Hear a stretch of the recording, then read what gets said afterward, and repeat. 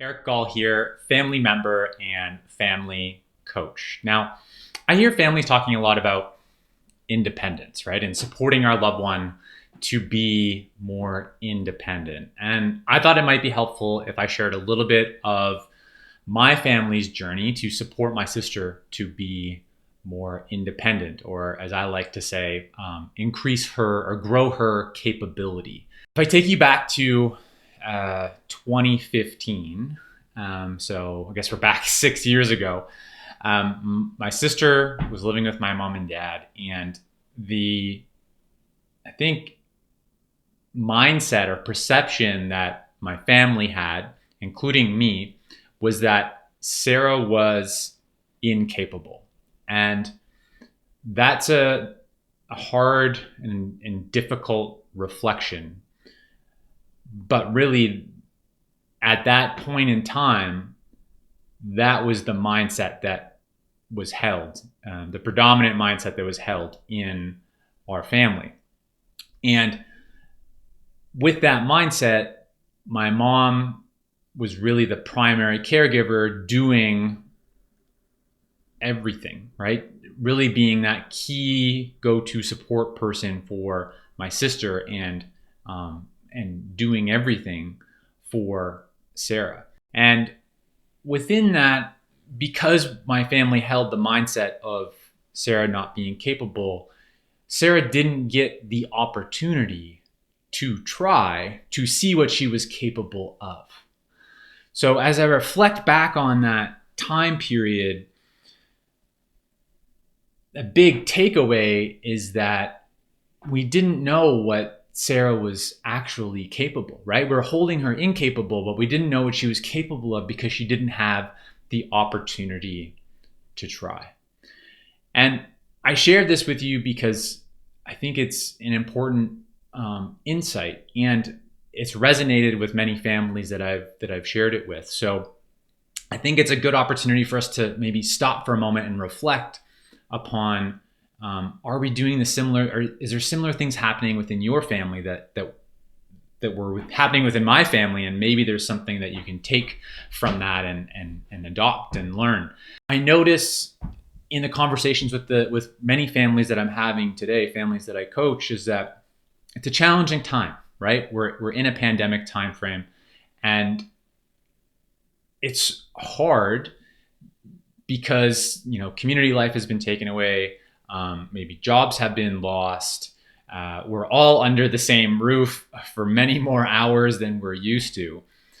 And it can feel like our loved one with a developmental disability is maybe taking a couple of steps backward, and we're not sure how to move forward. So I wanted to take a moment and share with you what I've noticed the families doing that I work with to actually be taking some steps forward in terms of capability or independence during this pandemic timeframe. So I think first off, it requires us as family members to kind of slow down for a minute.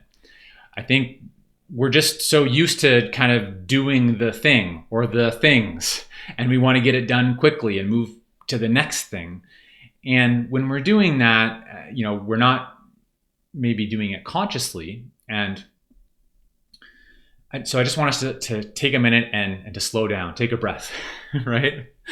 And when we take that breath, we can maybe notice some of the things that we just do on autopilot for our loved one. And we can think about maybe of those things, maybe is there one of those things we can give our loved one the opportunity to try, and give them the right supports to try.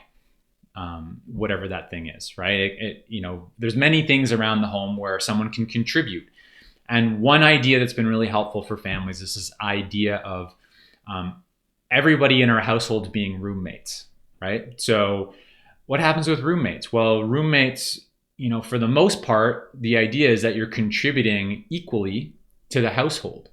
So in our households, how can we shift that balance so people are in our household are contributing maybe more equally? And how can we kind of shift that balance over time? But that mindset around everyone in our household being roommates, our loved one with a developmental disability being a roommate, right? If we hold that idea, what opportunities can we start to give our loved one, or start to work with our loved one on to move in the direction of gaining independence, gaining capability? It could be, in the kitchen. It could be around laundry. It could be around helping to clean up. There's, endless things that I'm sure you could think of, but pick one and start with it. And I think it's also what I've noticed from families is just being able to let go, right? The opportunity that our loved one takes, they're not going to do it the same way that you would do it, or that I would do it. And maybe it's not going to be to the standard you would expect of yourself. But that's not the point.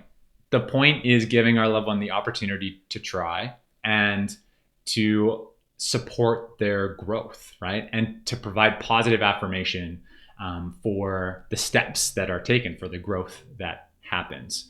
So these are some insights that I've noticed that have been really helpful for families to move forward during this pandemic timeframe, to support their loved one's growth during this time where it might feel like you've taken a couple of steps backward. So I hope that's helpful. And I would love to have you join us in this free masterclass workshop that I'm hosting on February 24th and 25th. We're going to be talking more about these ideas around supporting our loved one's growth and capability and helping our loved one to build an awesome, ordinary life.